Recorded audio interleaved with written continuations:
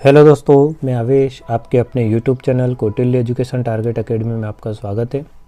आज हम देख रहे हैं मध्य प्रदेश पुलिस 2017 के अंतर्गत 24 अगस्त 2017 को जो पेपर हुआ था उस प्रश्न पत्र में सामान्य ज्ञान के जो हमसे प्रश्न पूछे गए थे उन प्रश्नों का हम यहाँ पर सॉल्यूशन देखेंगे। पहला प्रश्न क्या था हमारे सामने? तो पहला प्रश्न है, किस राज्य में दिग्बोई तेल शोधक कारखाना स्थित है? पहला ऑप्शन है सिक्किम में, उत्तर प्रदेश में, बिहार में या फिर असम में। तो इसका राइट आंसर क्या होगा? तो इसका राइट आंसर हो जाएगा हमारा यहाँ पर ऑप्शन नंबर 4, असम में।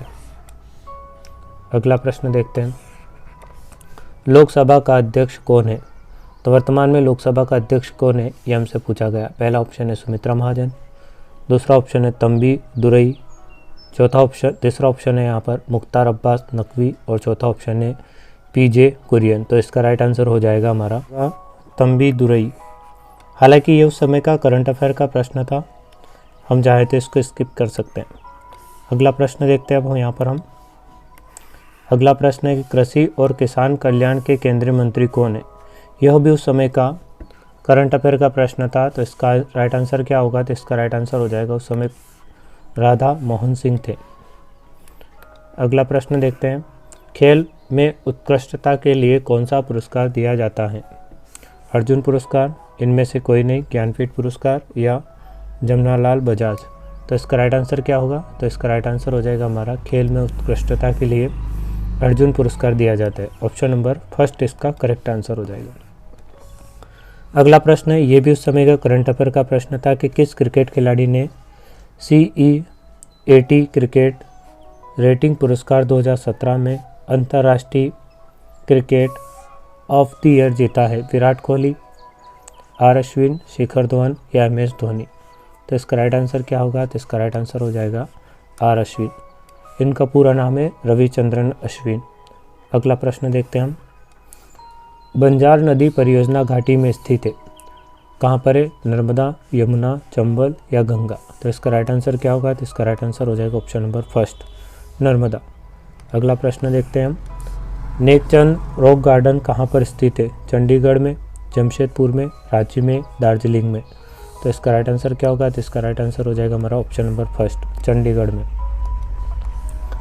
अगला प्रश्न देखते हैं, मध्य प्रदेश सरकार का नवीन एवं नवीनीकरण ऊर्जा विभाग वर्ष में स्थापित किया गया था? 2015 में, 2016 में, 2010 में, तो या फिर एक और ऑप्शन था यहाँ पर चौथा 2014 में। तो इसका राइट आंसर क्या होगा? तो इसका राइट आंसर हो जाएगा 2010 में। ऑप्शन नंबर थर्ड इसका करेक्ट आंसर है। अगला प्रश्न देखते हैं हम यहाँ पर। तो अगला प्रश्न क्या है, विश्वामित्र पुरस्कार किसे दिया जाता है?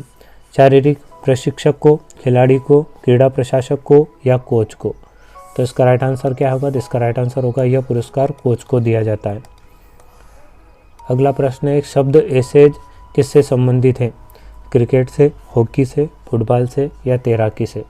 तो इसका राइट आंसर क्या होगा? तो इसका राइट आंसर हो जाएगा हमारा ऑप्शन नंबर फर्स्ट, यह क्रिकेट से संबंधित है। भारत की पहली पानी के नीचे की रेल सुरंग को से जोड़ती है? चेन्नई को विशाखापट्टनम से, नवीन मुंबई से, हावड़ा कोलकाता से, इलाहाबाद को लखनऊ से।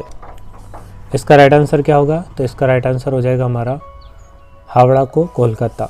ऑप्शन नंबर हो जाएगा हमारा यहाँ पर थर्ड करेक्ट आंसर। अगला प्रश्न देखते हैं हम यहाँ पर, नोबेल पुरस्कार जीतने वाले पहले भारतीय कौन थे? रविंद्रनाथ टैगोर, CV रमन, अमर्त्य सेन, कैलाश सत्यार्थी। तो इसका राइट आंसर क्या होगा? तो इसका राइट आंसर हो जाएगा option number first, Rabindranath Tagore. अगला प्रश्न देखते हैं कि भारत का 14वां राष्ट्रपति किसे चुना गया था? प्रणब मुखर्जी को, वेंकैया नायडू को, रामनाथ कोविंद को या मीरा कुंवर को। तो इसका राइट आंसर क्या होगा? तो इसका राइट आंसर हो जाएगा option number third, Ramnath Kovind को। अगला प्रश्न है, 2017 में भारत की 68वीं गणतंत्र दिवस की परेड के मुख्य अतिथि कौन थे? यह भी उस समय का करंट अफेयर का प्रश्न था। बराक ओबामा आए थे, शिंजो अबे आए थे, शेख मोहम्मद बिन सलमान आए थे या शेख मोहम्मद बिन जेद अली नायक। तो इसका राइट आंसर क्या होगा? तो इसका राइट आंसर हो जाएगा हमारा ऑप्शन नंबर 4 शेख मोहम्मद बिन जैद अली नाहयन, ऑप्शन नंबर हो जाएगा 4th करेक्ट।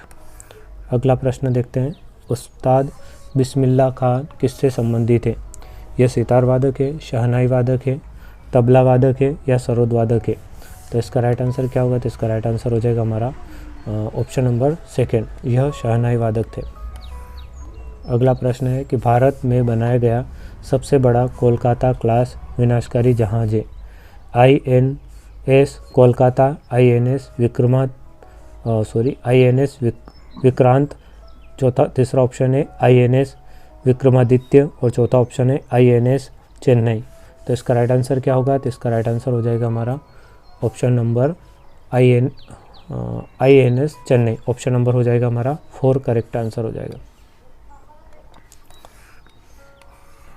अगला प्रश्न देखते हैं, यूनेस्को के अनुसार विरासत स्थलों में है एक, कौन सी इनमें से? उज्जैन के केदारनाथ मंदिर नहीं है, भोजपुर मंदिर ये भी नहीं है, मांडू में जहाज महल ये भी नहीं है, खजुराहो स्मारक ये करेक्ट है। तो खजुराहो के स्मारक जो है इन्हें विश्व धरोहर की सूची में शामिल किया गया। अगला प्रश्न देखते हैं हम,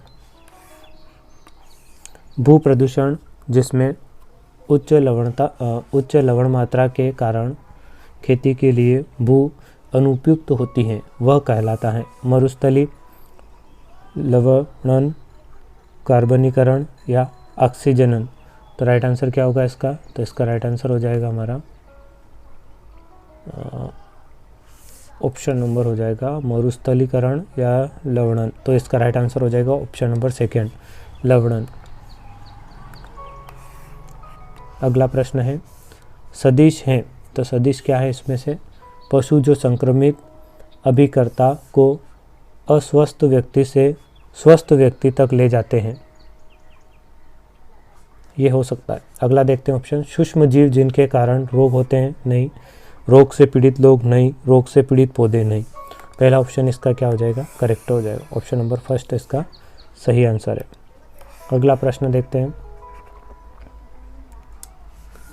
हमारे घर में विद्युत उपकरण जुड़े होते हैं, यदि यह उच्च शक्ति वाला उपकरण है तो केवल स्रोत से समांतर क्रम में, स्रोत से श्रेणी क्रम में, स्रोत से कुछ श्रेणी क्रम में तथा कुछ समांतर क्रम में, स्रोत से समांतर क्रम में। तो इसका राइट आंसर क्या होगा? तो इसका राइट आंसर हो जाएगा ऑप्शन नंबर 4 स्रोत से समांतर क्रम में।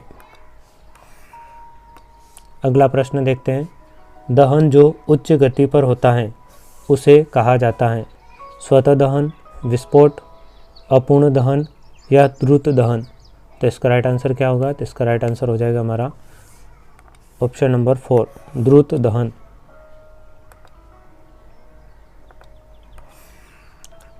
अगला प्रश्न है, आकाश इसके कारण नीला दिखाई देता है?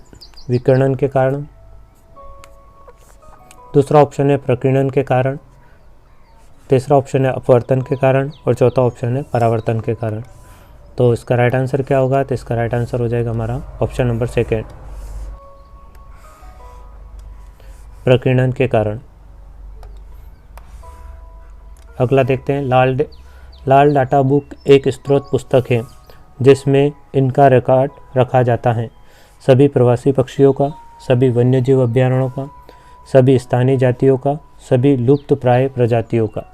तो इसका राइट आंसर क्या होगा? तो इसका राइट आंसर हो जाएगा सभी लुप्त प्राय प्रजातियों का, ऑप्शन नंबर हो जाएगा यहाँ पर हमारा चौथा राइट आंसर। अगला प्रश्न देखते हैं, अम्लीय तथा क्षारीय विलयनों में फिनाल फ्लेथेलिन का रंग क्रमशः होता है? लाल तथा नीला, गुलाबी तथा रंगहीन, नीला तथा लाल या रंगहीन तथा गुलाबी? तो इसका राइट आंसर क्या होगा? तो इसका राइट आंसर हो जाएगा हमारा रंगहीन तथा गुलाबी, ऑप्शन नंबर हो जाएगा हमारा 4 करेक्ट आंसर। अगला प्रश्न देखते हैं, शब्द काला सोना किसके लिए प्रयुक्त होता है?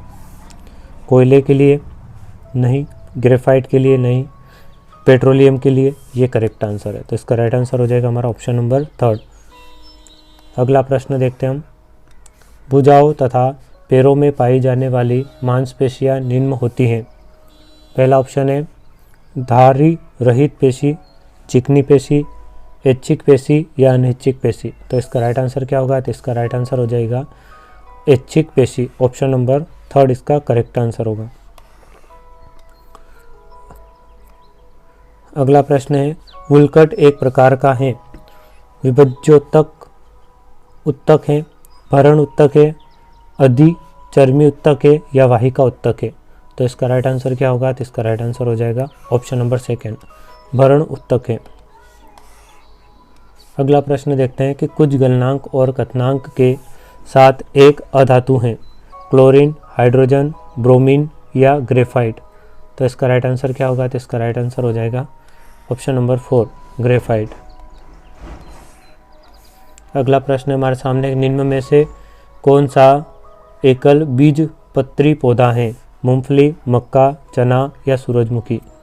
तो इसका राइट आंसर क्या होगा? तो इसका राइट आंसर हो जाएगा हमारा ऑप्शन नंबर 2 मक्का।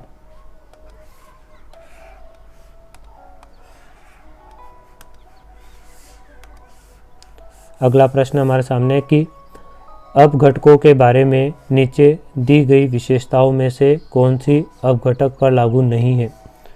वे खाद्य श्रृंखला में अगले पौष्टिकता स्तर पर ऊर्जा स्थानांतरित करते हैं।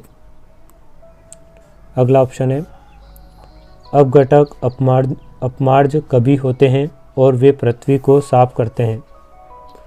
अगला है, वे पोषक पुनर्चक्रण में मदद करते हैं। और चौथा ऑप्शन है, उन्हें मृतजीवी या लघु कारक भी कहा जाता है। तो इसका राइट आंसर क्या होगा? तो इसका राइट आंसर हो जाएगा हमारा ऑप्शन नंबर 1 करेक्ट आंसर हो जाएगा।